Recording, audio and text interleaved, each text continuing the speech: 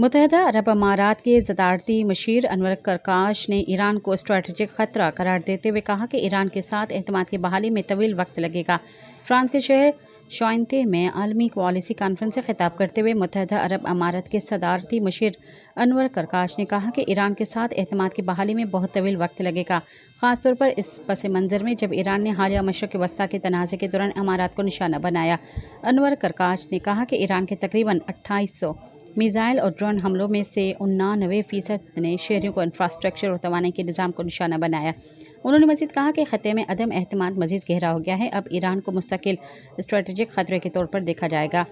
انور کرکاش کا کہنا تھا کہ ایران نے امریکہ اور اسرائیل سے اپنی جنگ کے دوران متحدہ عرب امارات میں بہت حملے کیے، یہ نہیں ہو سکتا کہ کوئی آپ پر 2800 میزائل اور ڈرون مارے اور پھر اعتماد سازی کی بات کرے۔